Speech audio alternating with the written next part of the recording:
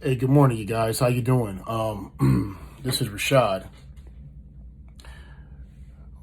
This is probably the last video I'm going to make in regards to Harriet Tubman, but I want to talk a little bit about this notion of this bigger long character being somebody that would have existed in history, not only in the history of Harriet Tubman, but also in American history in general, in the region that Harriet Tubman's story took place, which was in Maryland.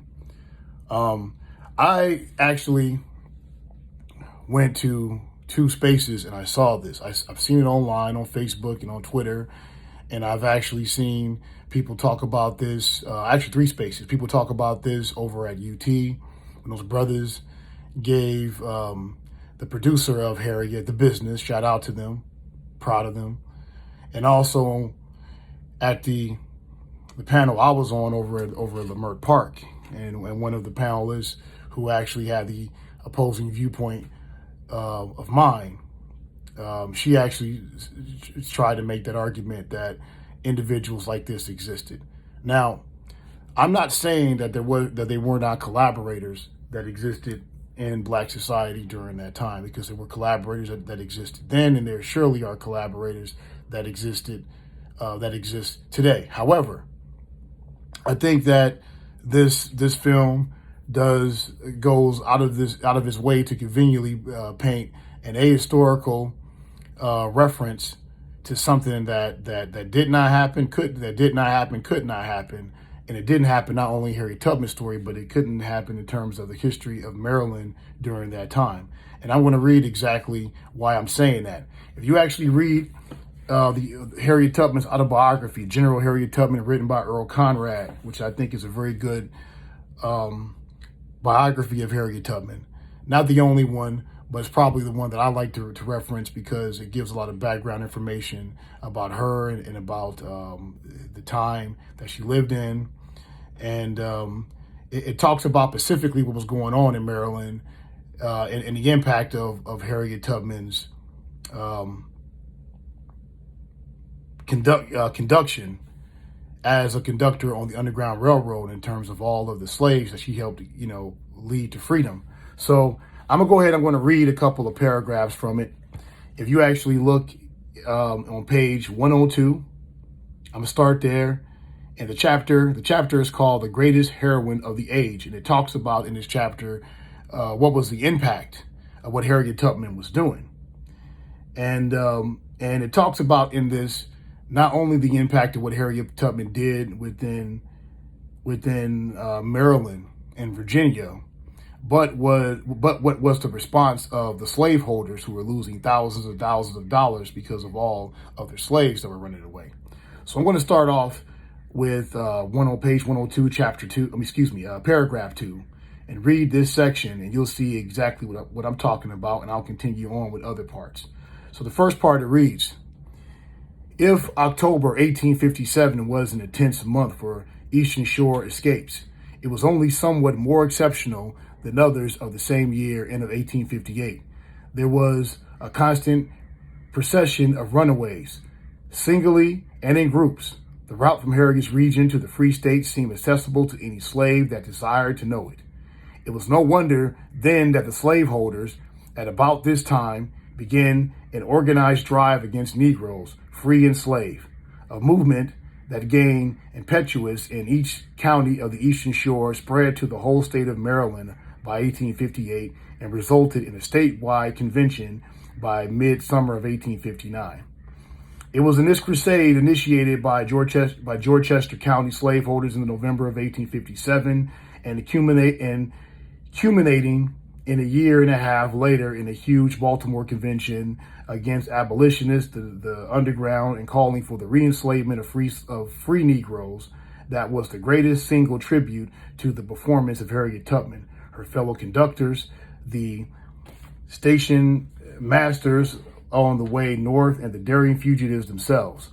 The panic that broke out at this time and lasted for so long was the major repercussion of Harriet's decade of activity. So basically what it says, like what I said right here, is that within the state of Maryland, because so many of the wicked slave masters were losing so much money because of all that work that Sister Harriet Tubman was putting in. They decided to have a convention to decide whether or not how will they reinstitute slavery, not only for free blacks, but also for those blacks that were still in bondage. Okay, I'm gonna move on to page 103, first paragraph. They fished out one law dating back to 1715, providing that let me read it again, I'm sorry. They fished up one law dating back to 1715, providing that servants could not go further than 10 miles from their master, mistress, or dame without a note in their hand, under the penalty of being taken for a runaway, quote unquote, and to suffer a runaway's punishment. The application of this was intended to give any white man the right to accost any Negro and question him.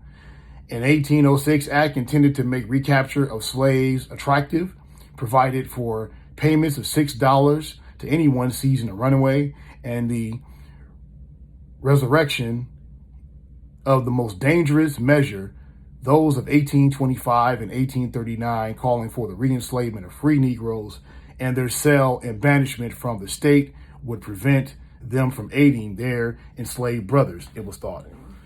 So, in other words, saying that at this conference, one of the laws they thought about reinstituting was a 1715 law that basically made it illegal for any person that was a slave to leave less than 10 miles from their master, from the slave captor's estate without a note. And if they left more than 10 miles, there was severe punishment for it. And also it called to re-enslave those black people in the state of Maryland who actually were free, to put them back into slavery. Okay, which was a law that was implemented back in 1825 to 1829. Okay, a couple of years before this actually happened. All right, so let me go ahead and read further. I go further down that page. Similar laws with regards to free Negroes and abolitionists and upon the subject of manumission should be passed by all the states, and the initiatory of this result must be a great Southern convention, not a convention of mere words, but one of action, an action which coming events will force upon the South and upon us of Maryland. The ancient acts were brought up to date, and free Negroes were re-enslaved. 89 were sold in Maryland under the Act of 1858, justifying such re-enslavement. All right. So you have right here what it's saying, that all of the slaveholders that were around, they basically decided that we don't want free slaves here. We suspect that they're working with the Underground Railroad. They're helping out Harriet Tubman. They're aiding these fugitives. We don't trust them. We don't want them here. Okay, so you need to leave the state of Maryland, or you're going to get put back into slavery, and we're going to ship you out of the state of Maryland and put you back into slavery. And this is exactly what happened in Maryland during this time. All right. So just reading this part, this part from this chapter and from this book, that dispels this whole entire notion that in the state of Maryland, where the story of Harriet Tubman took place, that you had a black bounty hunter who was a free slave running around with a gun, okay, helping to re-enslave other black people, that was looking to hunt down specifically Harriet Tubman, talking like a black person would, like my brother said in the video where he called out the producer of Harriet, talking like a brother from Houston or from Atlanta, where he's from. Okay, not somebody in 1858, but somebody in contemporary America of 2019, which is where we are today. This is proof that wouldn't happen. And the reason why I'm pointing this out is because of the fact that anybody, if you come across someone who sits up and they try to say that we had coons during that time, which undoubtedly is true, you can go back and you can actually make a reference to this. And I encourage you to read this biography. You can make a reference to this to point out the fact that in the state of Maryland during 1858, which is the year they were discussing. Not only did they put in effect a law that prevented slaves from walking away 10 miles from whatever, from their owner, from the estate of their owner, but also they re-implemented a law that re-enslaved all of the free blacks, okay, and forced them to move out the state. And if they didn't move out the state, they were put back into slavery and they were transported to another state, okay? So this state basically, so Maryland, because of Harriet Tubman, basically decided that they were going to put all black people into slavery, to sum up what I'm saying, all right? And the reason why I'm sharing this with you is because you have individuals that try to conveniently trot out that argument in order for them to justify how grossly misrepresentative this character is in terms to Harriet Tubman's story and to the story of this particular era within Maryland's history. And the only reason why he's being done is because of the fact, like I've said in my previous video, Harriet Tubman is an icon of black empowerment, not feminism. Is because they're trying to push this agenda to cause a wedge between black men and black women by putting garbage like this out. They could have had a bounty hunter of any kind of stature. It could have been a bounty hunter who was a white man. It could have been a bounty hunter who was a white woman. You had white female bounty hunters back during that time. That's actually talked about in this book as well. Okay, but for them to sit up and put out a black male bounty hunter that didn't exist in Maryland, at least in this time in Maryland, when you had free blacks that were actually being forced to leave the state.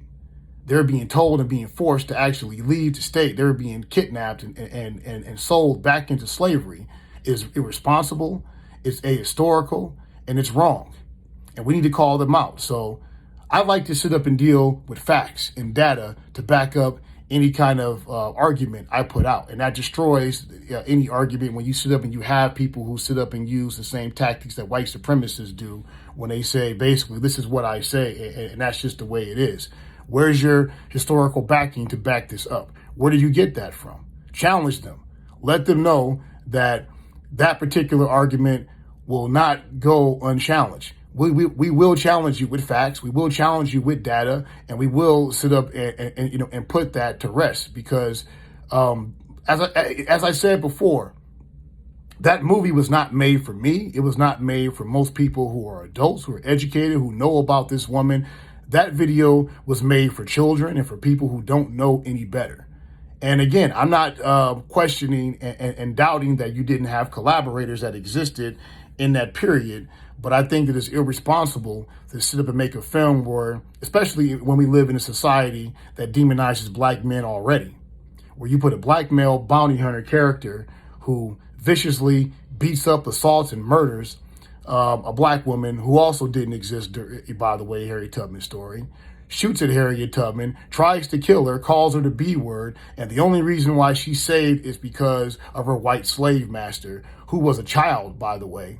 The man that was chasing her was a child when she ran away. So this undertone of them having some sort of sexual attraction is really ridiculous all in itself. But I digress.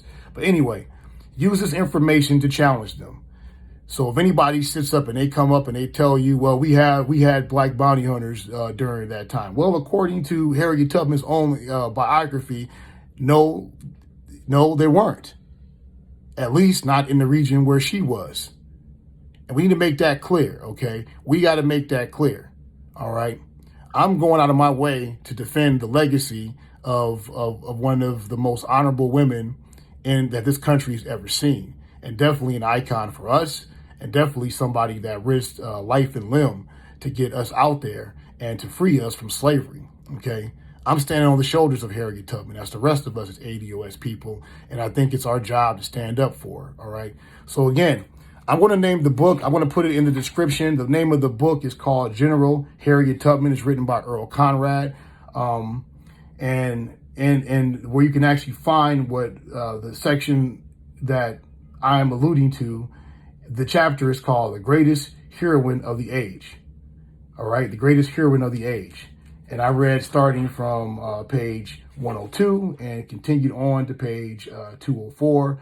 102 to 104, just to highlight and contradict that ridiculous talking point that many of these people try to put out to deflect that they made this sorry excuse of a biopic of one of our icons. All right. You guys out there, enjoy your time and with your family. I like to spend, I'm not a big person who likes to sit up and glorify Thanksgiving. I'll stop by over at my family's house, maybe get some food and just chop it up with my people I haven't seen in a while. But beyond that, I don't really celebrate that holiday. So I'm not saying that you should. I'm just telling you what I do. So, but you guys have a nice day, and I will talk to you soon. Later, Ashe.